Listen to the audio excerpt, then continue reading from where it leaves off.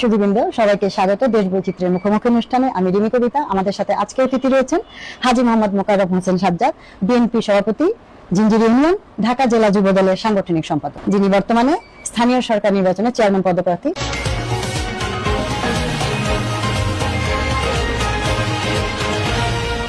ঢাকার সেবামূলক কাজ করার জন্য জনপ্রতিনিধি হওয়া কি খুবই জরুরি?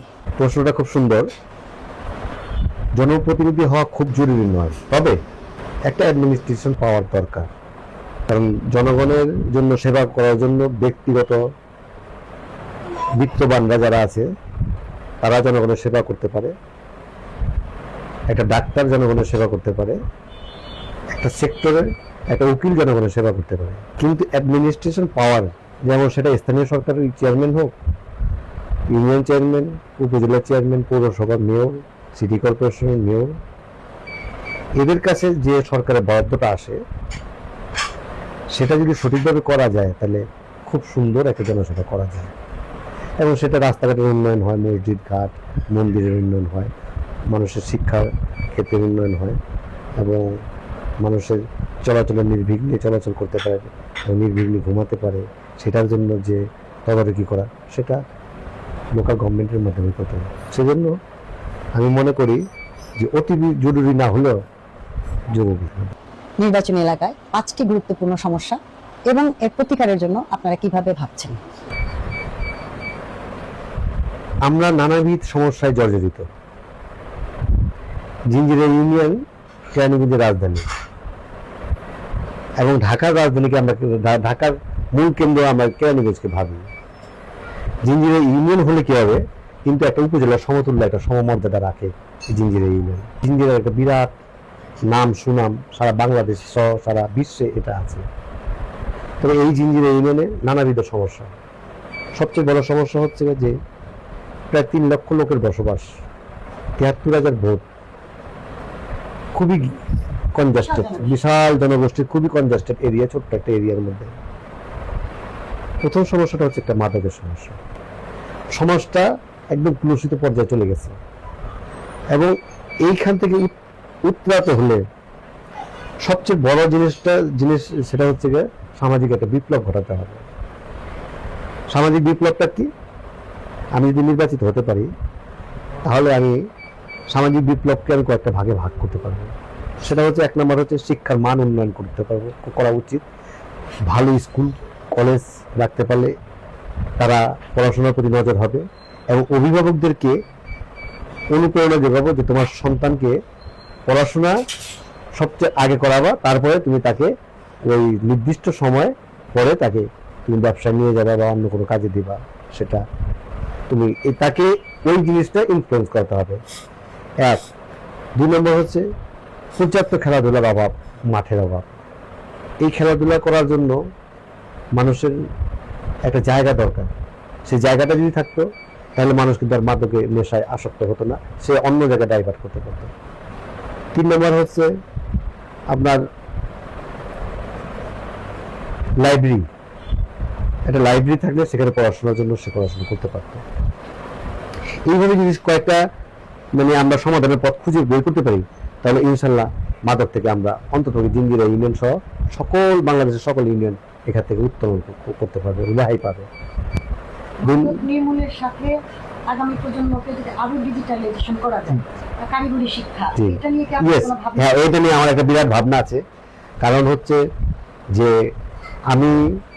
আপনারা জানেন যে আমি জিঞ্জিরা পীর মোহাম্মদ পাবলিক স্কুল অ্যান্ড কলেজের সাবেক সভাপতি, এবং আমি এই স্কুলে কারিগরি শিক্ষাটা আনার জন্য মোটামুটি আমি বোর্ডে যোগাযোগ করেছি। এবং কারিগরি শিক্ষাটা যদি আসে তাহলে যারা লেখাপড়া পড়াশোনা খুব একটা মনোযোগী না, তাদেরকে কারিগরি শিক্ষায় ভর্তি করিয়ে তাদের মস্তিষ্ককে একটা শিক্ষার কাজে লাগিয়ে আমরা একটা ব্যাপক উন্নয়ন ঘটাতে পারি, এবং এটা বিশ্বে সারা বিশ্বে আছে। দ্বিতীয় সমস্যা হচ্ছে যানজট। সারা জিঞ্জিরা ইউনিয়নে বড় রাস্তার সংখ্যা খুবই কম, ছোট ছোট রাস্তা।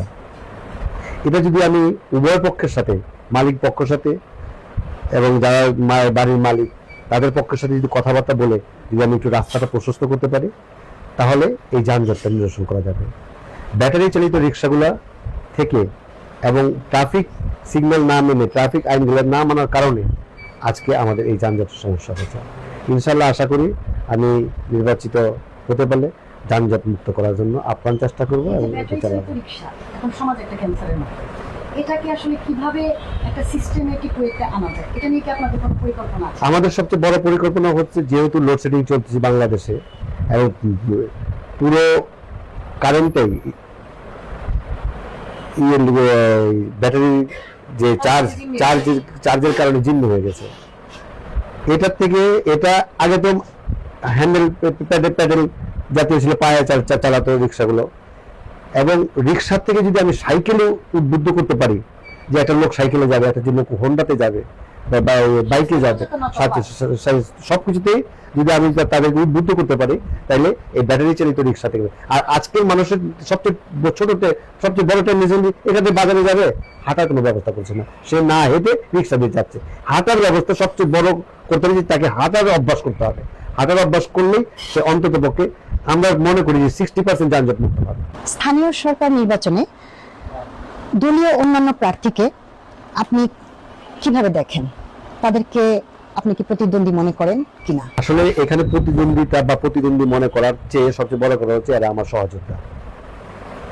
এদেরকে সাথে নিয়েই আমরা সারা জিঞ্জিরা ইউনিয়নটা ঘুরতে চাচ্ছি। সবার আগে আমার বক্তব্য হচ্ছে জিঞ্জিরা ইউনিয়ন, আর মানুষের উপর ছেড়ে দিয়েছি।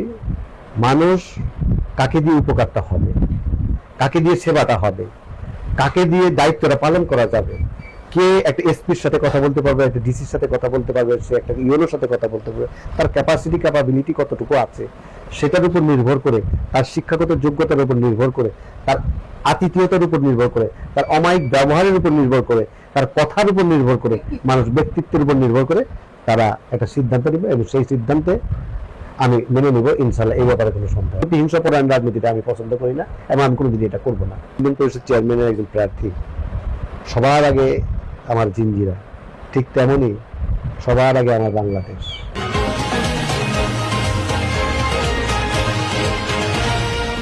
আমরা মুখোমুখি অনুষ্ঠানে একেবারে শেষ পর্যায়ে চলে এসেছি। দেশ বৈচিত্র্যের সাথে থাকার জন্য আপনাদের সবাইকে ধন্যবাদ। আবার আমাদের দেখা হবে পরবর্তীতে আবার কোনো স্থানীয় সরকারের কোনো একজন প্রতিনিধির সাথে। ততক্ষণ পর্যন্ত আমাদের সঙ্গে থাকুন, ভালো থাকুন, সুস্থ থাকুন।